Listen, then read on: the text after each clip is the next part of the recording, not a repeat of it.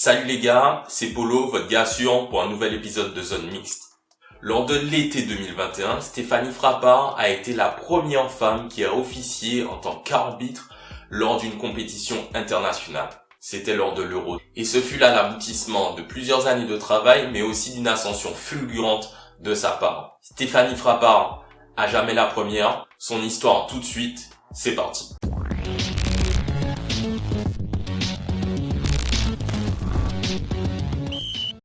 Alors, reprenons depuis le début. Stéphanie Frappart commence sa carrière en tant que joueuse à l'AS Herblay dans le Val d'Oise. Si je ne dis pas de bêtises, elle doit être ici. Et de façon assez originale, elle décide dès l'âge de 13 ans de se tourner vers l'arbitrage. À 19 ans, c'est le début de sa grande carrière, elle devient arbitre en DHR, région Île-de-France. Et puis ça va vite, très vite. Elle arbitre en national en 2011. Puis, elle devient la première femme à arbitrer un match professionnel. C'était le 8 août 2014 et c'était le match entre Niort et Brest en Ligue 2.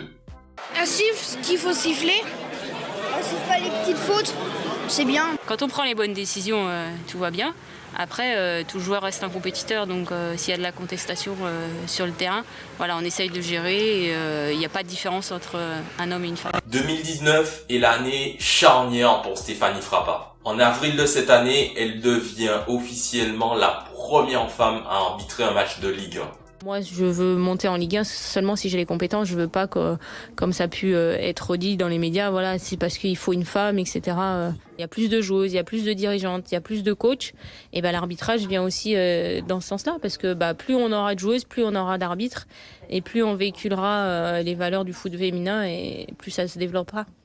Et en juin, 2 mois plus tard, elle est nommée au rang d'arbitre fédéral. C'est le plus haut niveau d'arbitrage en France et vous y retrouvez évidemment tous les arbitres que vous connaissez qui officient en Ligue 1. Et elle ne s'arrête pas là. Août 2019, elle officie lors de la Super Coupe entre Liverpool et Chelsea. Et lors de l'été de la même année, c'est elle qui officie lors de la finale de la Coupe du Monde féminine entre les États-Unis et les Pays-Bas. Son année 2019 est telle qu'elle sera consacrée lors du gala des Globe Soccer Awards de la FIFA. I'm more than happy to tell you that the best referee of the world is Stéphanie Frappart.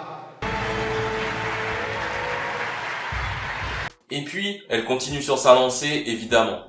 En décembre 2020, elle devient la première arbitre à officier lors d'un match de Ligue des Champions.